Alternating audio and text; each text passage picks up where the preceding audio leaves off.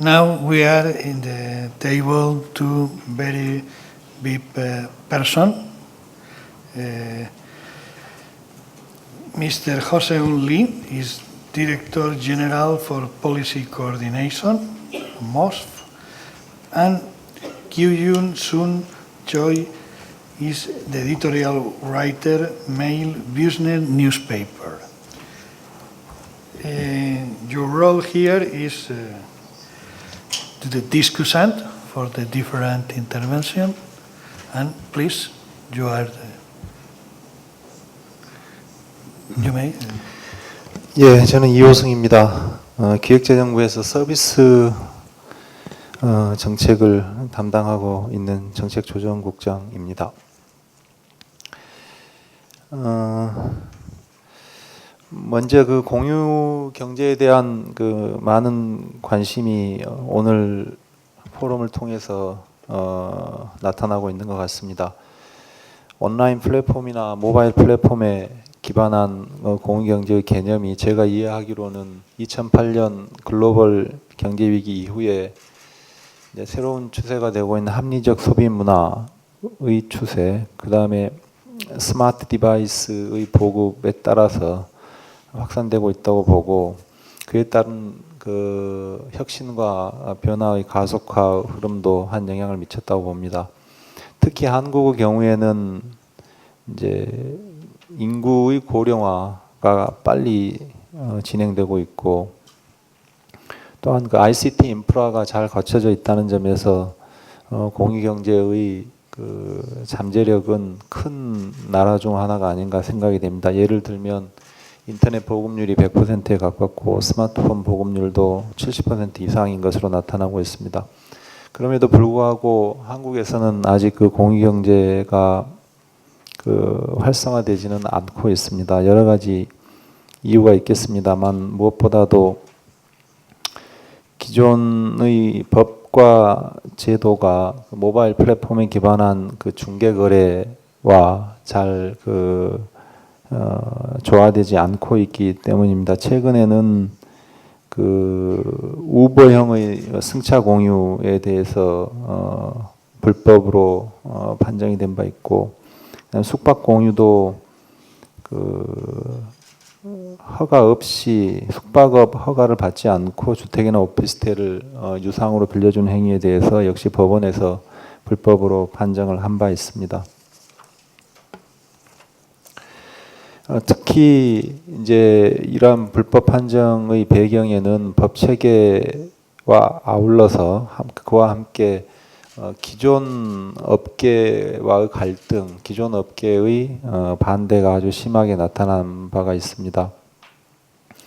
주된 논쟁의 대상은 공유경제가 과연 일자리를 새로 만드는 것이냐 아니면 일자리를 죽이는 것이냐 하는 논쟁이고, 조금 전에 그 황 박사님이 발표해 주셨습니다만은 이게 비즈니스 크리에이션 이펙트가 큰 것이냐, 비즈니스 스틸링 이펙트가 큰 것이냐. 근데 이제 어느 것이 큰 것이냐 하는 그 논쟁 이전에 이제 사실상 그러니까 반대하는 쪽, 비즈니스 스틸링 이펙트가 크다고 하는 쪽의 어떤 입장이나 목소리가 아주 강하게 나타나는 그러한 상황입니다.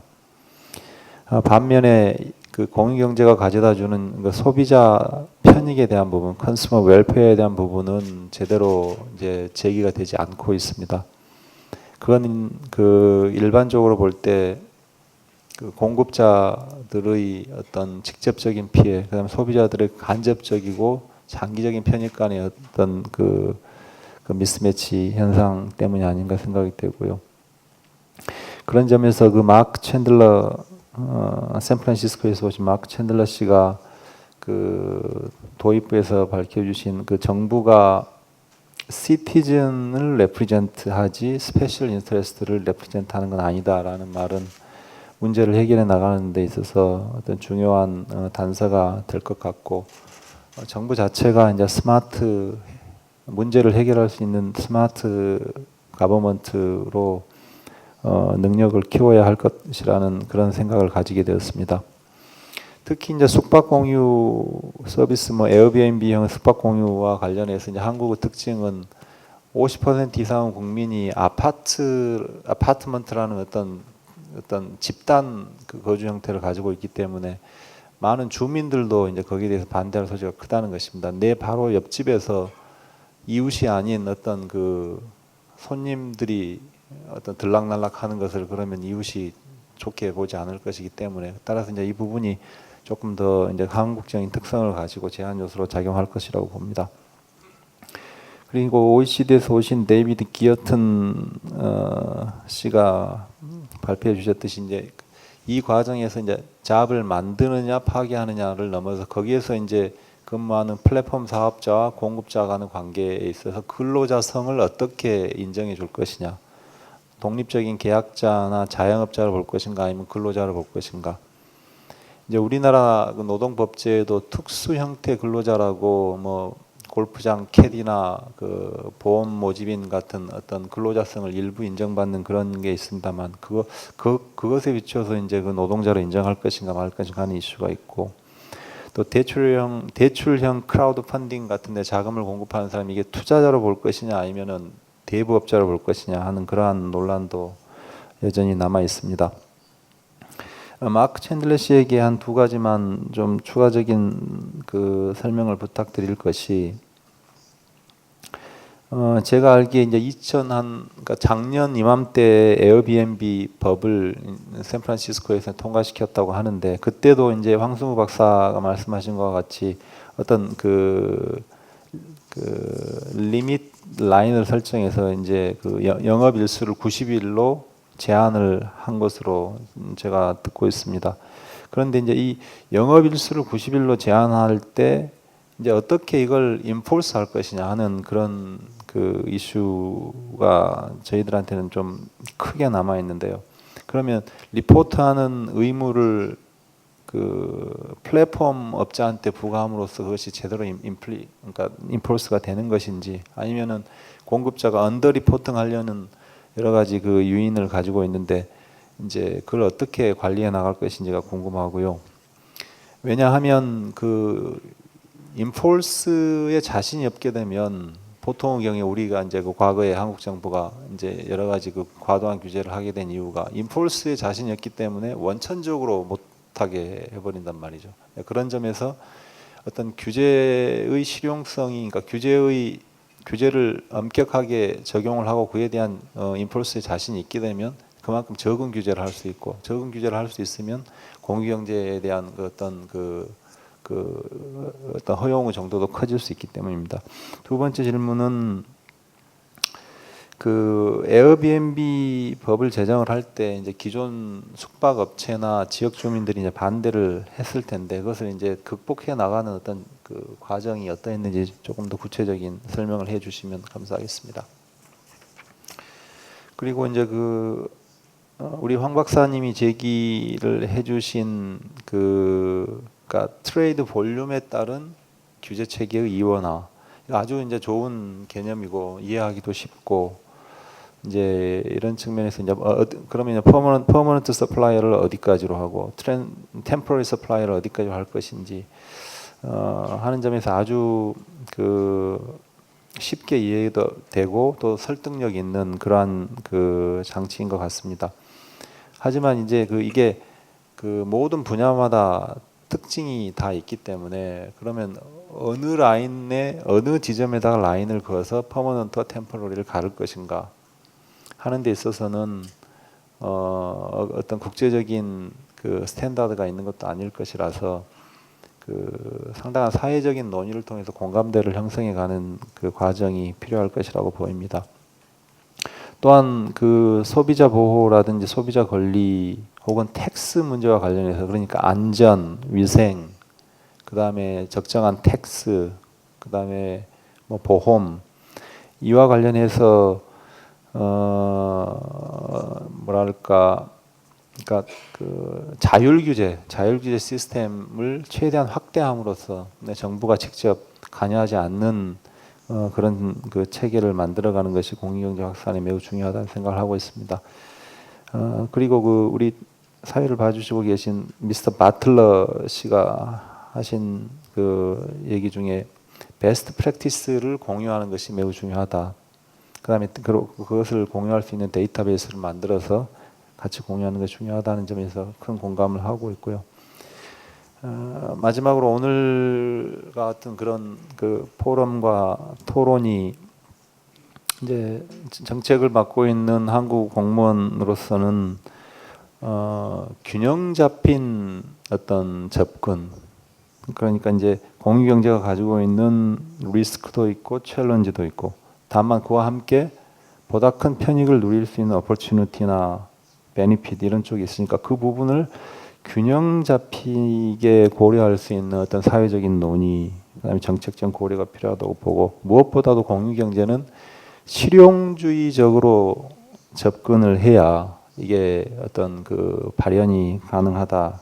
그다음에 그것을 위해서는 그 좀 전에 발표도 있었습니다만 에비던스에 베이스한 과학적이고 어떤 실증적인 논의가 꼭 필요하다. 이 점에서 그 여기에 참석해 주신 그 언론 프레스 쪽 분들께도 당부를 드리고 싶습니다. 이상입니다.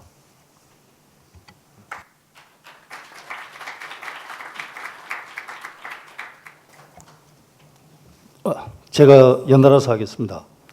매일경제의 최경선 논설위원입니다. 시간이 많이 된 관계로 간단하게 하겠습니다. 그 공유경제가 기술 발달 시대에 맞춰서 시대적 큰 흐름이라는 데 대해서 저도 동의합니다. 그걸 전제로 사회 보시는 분은 수고하시니까 나머지 세 분한테 한 개씩 질문 드리겠습니다. 샌프란시스코 그 마크 챈들러께 먼저 질문 드리겠습니다.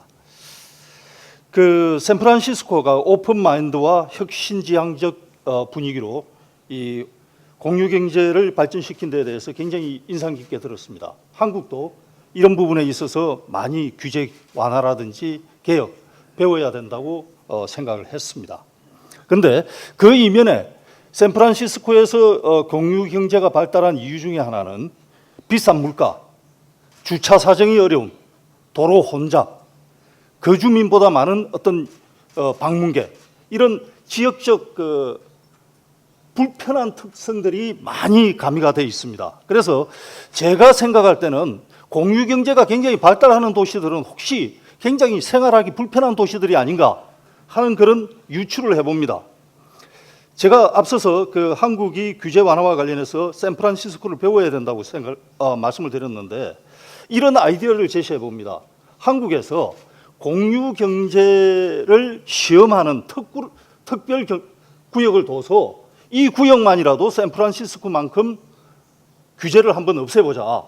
그럼 어떤 도시를 선택할 것이냐? 굉장히 물가가 비싸고 도로가 혼잡하고 그다음에 주차도 힘든 그런 불편한 도시를 한국에서 하나 선정해서 규제 개혁 특구로 한번 만들어보자. 이런 아이디어를 제시한다면 우리 마크 샌들러 국장께서는 어떻게 생각하시는지 궁금합니다. 두 번째로는 OECD에서 오신 데이비드 기어튼께 여쭤본다면은 공유 경제를 위해서는 이 소비자 신뢰가 무엇보다 중요하다고 봅니다. 소비자 간의 거래를 할 때 그 신뢰가 뒷받침되어야 된다고 보는데, 과거 그럼 2008년부터 IBMB가 등장한다든지 우버가 등장한 이후에 이 소비자 신뢰가 개선되고 있는 추세라고 보시는지, 아니면 지금 해킹 문제라든지 여러 가지 다양한 종류의 범죄, 온라인 범죄들이 등장하고 있습니다. 그렇다고 본다면은 이 소비자 신뢰가 개선되는 추세인지 악화되는 추세인지, 그리고 아니면 그것도 아니면 현상 유지를 하고 있는 수준이라고 보시는지, 어느 쪽을 비중을 두고 보시는지, 그 근거는 무엇인지 궁금합니다. 그리고 마지막으로 그 황선주 KDI 연구원께 여쭤본다면은, 저는 사실은 자본주의 사회가 대량 생산과 대량 소비로 압축할 수 있는데, 그리고 지금은 무엇보다도 과잉 생산이 걱정이 되는 시대입니다. 그러면은 과잉 생산과 균형을 맞추려면 과잉 소비를 해줘야 됩니다.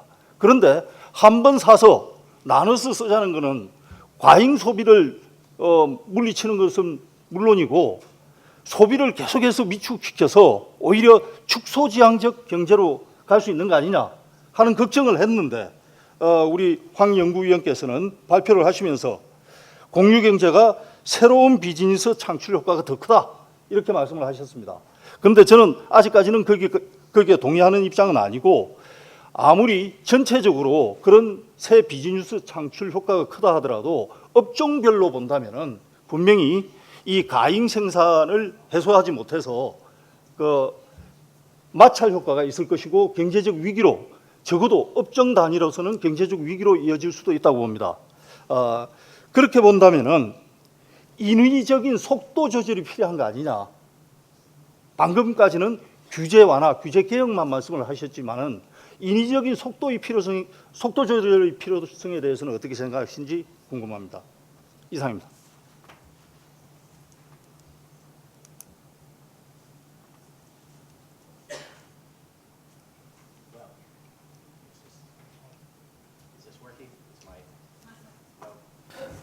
Well, reply? Sure, I'll go first. Okay. Do you have this working? Okay.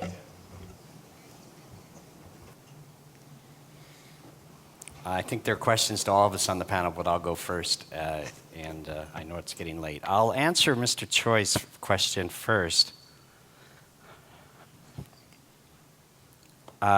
In regard to San Francisco being unique because it's a visitor city, it's a high-income city, and that maybe those conditions don't exist elsewhere. I disagree with that totally.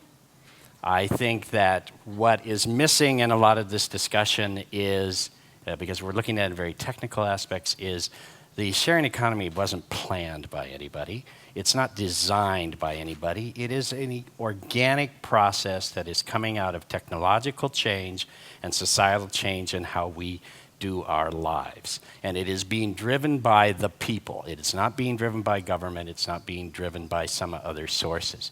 It is happening in San Francisco because we are an innovative society, an innovative city. We have innovative people, and we have a culture that loves to try new things and to do new things and all those other issues that I talked about before. So I think the idea of it happened in our city just because of the fact that we're a tourism city or something is wrong. This is happening across the board, at least in my country, in the United States, and it's being driven from the bottom. And I think that's what makes this so different, is that it is an organic growing process.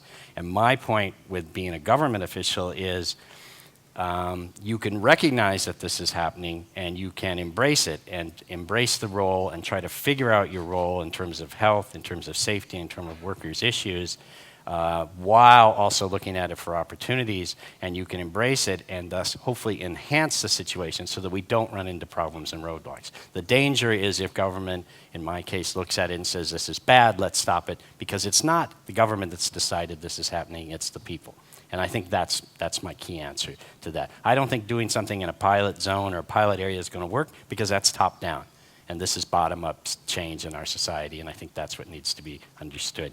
To Mr. Wong's comments about the Airbnb law in San Francisco, I think those are very, very good points. And to be honest, we're so new into this structure. This law was just passed in July and has just been implemented that we don't quite know how it's going to work yet. We we limit people to 90 nights a year if you're not in the space. If you're co-sharing the space, if you're literally giving a bedroom in your house, you can do it every night of the year. So there is a difference there. We are saying to people you have to register. We are saying there has to be insurance rate coverage and these kinds of things. We are in the process now of creating this Office of Short-Term Rentals to look at this in terms of enforcement and oversight, and it's just starting. And it's very problematic. And I think this is something that we should get back to, is regulation in these sectors is really, really difficult, and enforcement may be impossible.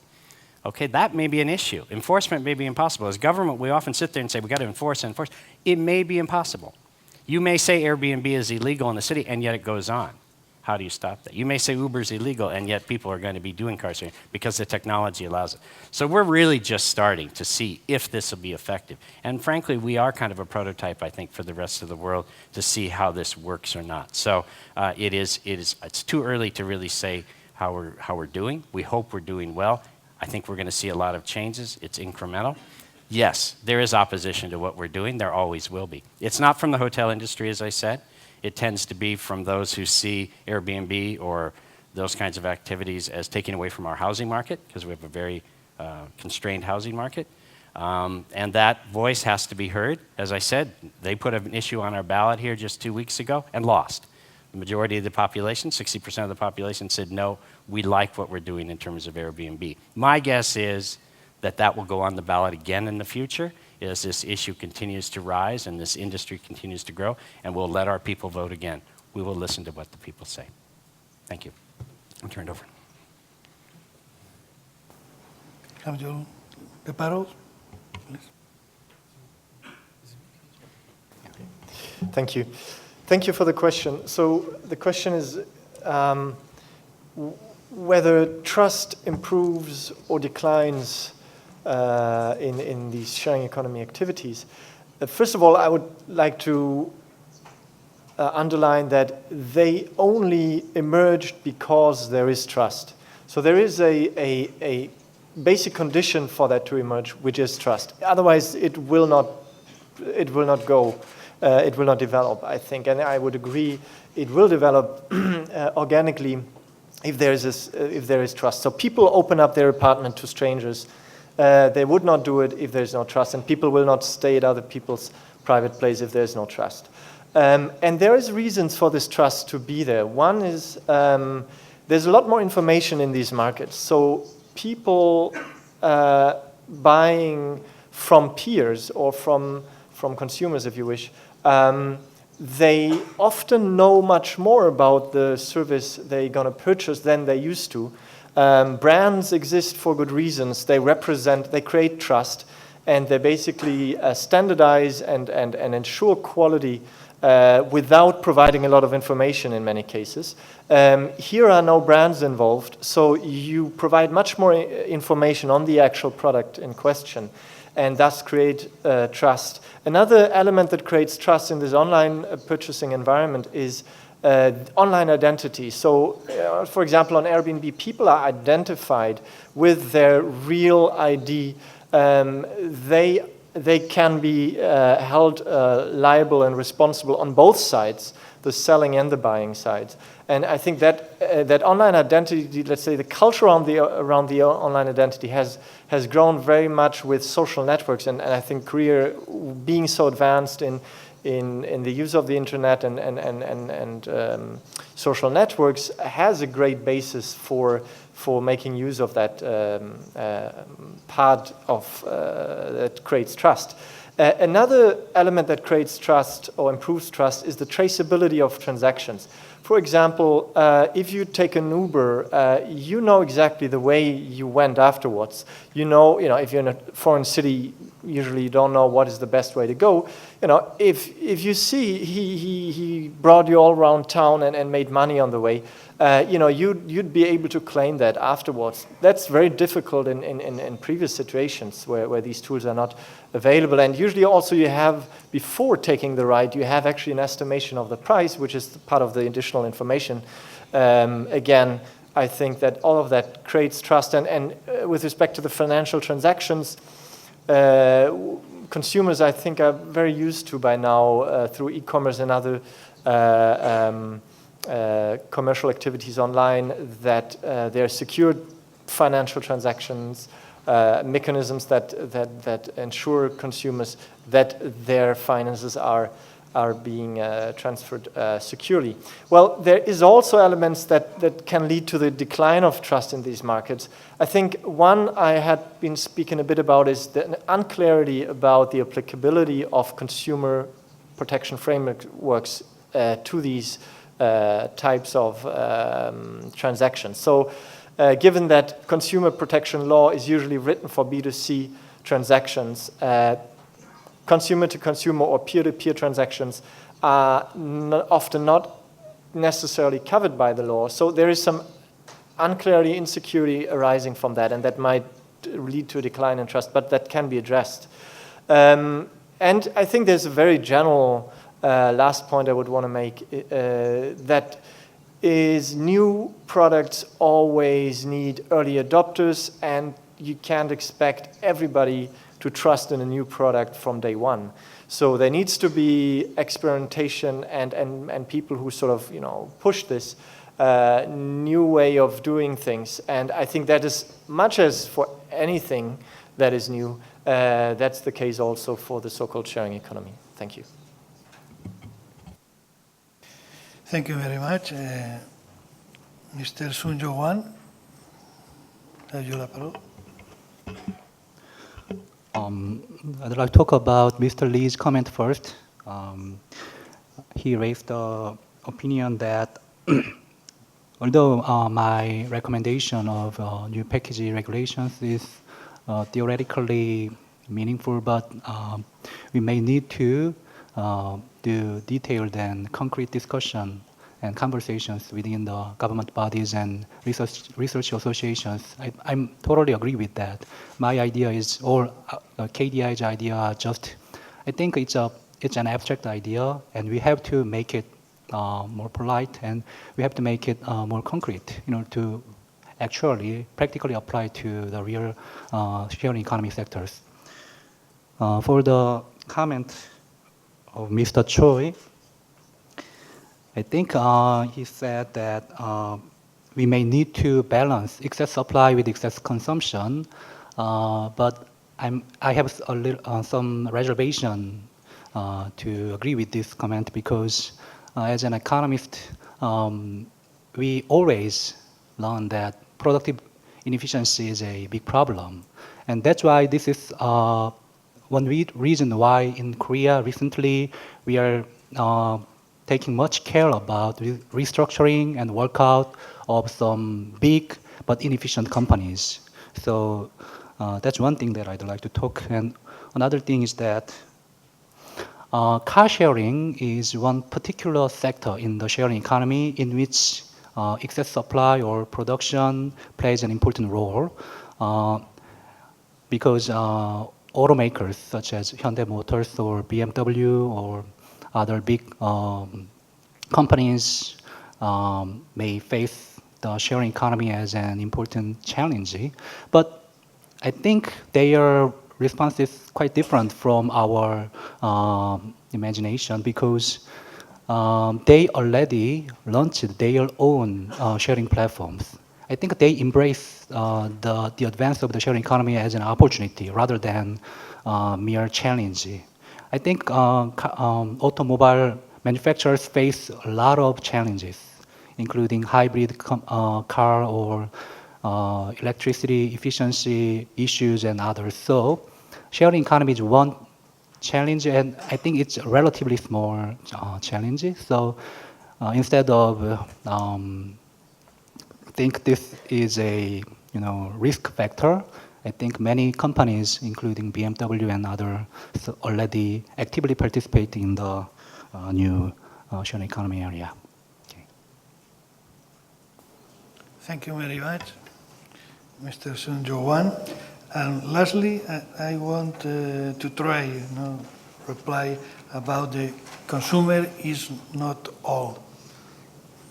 Yes, but we made a reflection about the economy sharing is 4 areas. It's not 1 area, it's 4 areas. Consumer to consumer, consumer to consumer, but business, business to consumer, and business to business. Well, my paper is about the consumer, no? But I said a thing very important is the deadline. The difference when there are not commercial interest and where are the profit activity. It's not commercial interest. I think it don't need the rule. But where are for profit activity in the European Union, there are some deadline. And deadline is the rule, the taxation, safety, liability, and consumer protection. Why? Because we want the same market in the physical market and the digital market. It's not possible to market with the different rule. This is the motive. It's all. Thank you very much. The timetable is we must finish, but the speaker, we won't stay here all the forum. If you are some question, you may bilateral to have. Thank you very much and good morning.